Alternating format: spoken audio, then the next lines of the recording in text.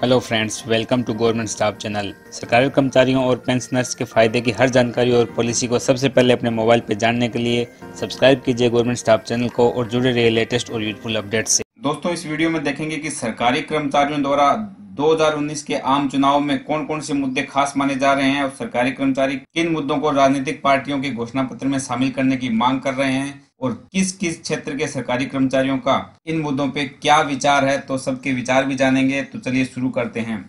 और अभी तक यदि आपने वीडियो को लाइक नहीं किया तो प्लीज वीडियो को लाइक कर दीजिए।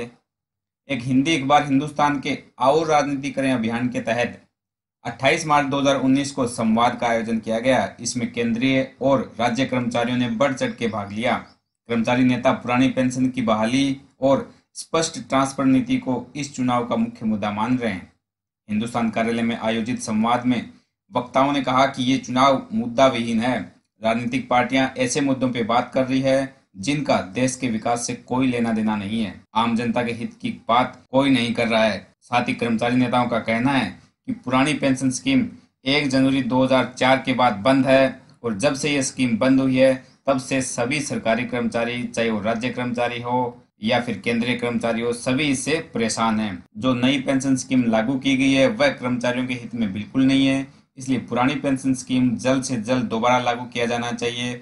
और आगे उन्होंने कहा कि कर्मचारियों को पेंशन समय पर नहीं मिल पाती, उनको पेंशन के लिए आंदोलन करना पड़ता है, दर दर भटकना पड़ता है, सरकारी विभागों के कितने चक्कर लगाने पड़ते हैं। समय पर पेंशन दिए जाने की भी बहुत जरूरत है। कर्मचारियों ने ट्रांसफर का मुद्दा भी उठाया और कहा कि बहुत सारे राज्यों में स्थानांतरण यानी ट्रांसफर की कोई स्पष्ट नीति नहीं है। कई शिक्षक सालों से हार्ड एरिया में तैनात है और सुगम एरिया में आने के लिए निरंतर पत्राचार कर रहे हैं, लेकिन उनकी सुनवाई कोई नहीं कर रहा है। सिर्फ चहेतों को ही और जानकारों को ही सुविधाजनक तैनाती यानी पोस्टिंग दी जाती है। मांग उठाई गई कि स्थानांतरण के लिए यानी पोस्टिंग के लिए एक स्पष्ट नीति होनी चाहिए जिसमें कर्मचारियों के साथ किसी तरह का भेदभाव ना हो और वो सभी के लिए एक जैसा स्टैंडर्ड हो यानी मानक हो।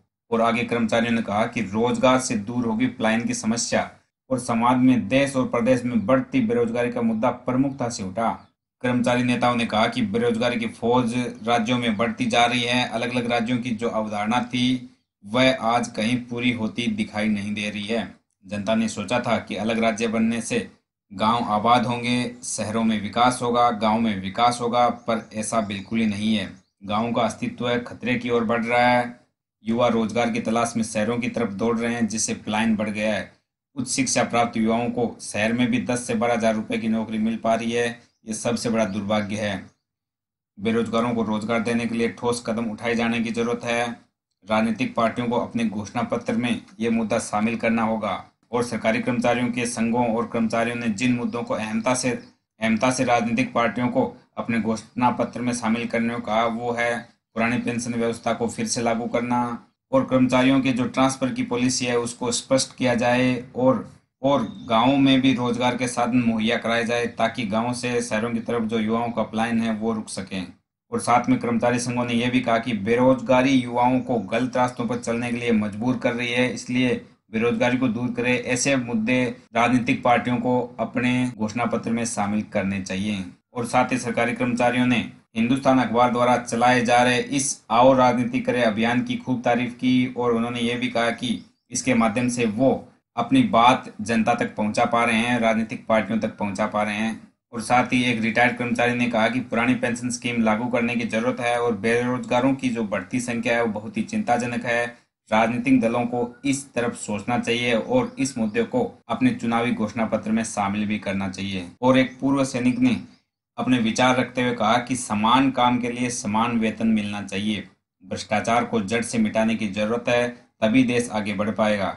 भ्रष्टाचार विकास का सबसे बड़ा शत्रु है। और शिक्षक संघों के ज्यादातर कर्मचारियों ने यही कहा कि स्थानांतरण की नीति स्पष्ट नहीं है, जो यानी कि पोस्टिंग में जो ट्रांसफर होता है उसकी नीति और पॉलिसी बिल्कुल स्पष्ट नहीं है, जिससे शिक्षकों के साथ भेदभाव हो रहा है। और शिक्षकों का सबसे बड़ा चुनावी मुद्दा उन्होंने यही बताया कि स्थानांतरण की जो नीति है वो स्पष्ट होनी चाहिए और राजनीतिक पार्टियों को इस तरफ ध्यान देना चाहिए। तो दोस्तों, ये थे अलग अलग फील्ड से जुड़े हुए सरकारी कर्मचारियों के विचार। और आपका इसके बारे में क्या विचार है, वीडियो के कमेंट बॉक्स में जरूर बताएं कि सरकारी कर्मचारियों की और कौन सी मांगों को न केवल राजनीतिक पार्टियां अपने घोषणा पत्र में शामिल करें बल्कि सत्ता में आने के बाद उनको इम्प्लीमेंट भी करें। तो दोस्तों, इस वीडियो में बस इतना ही।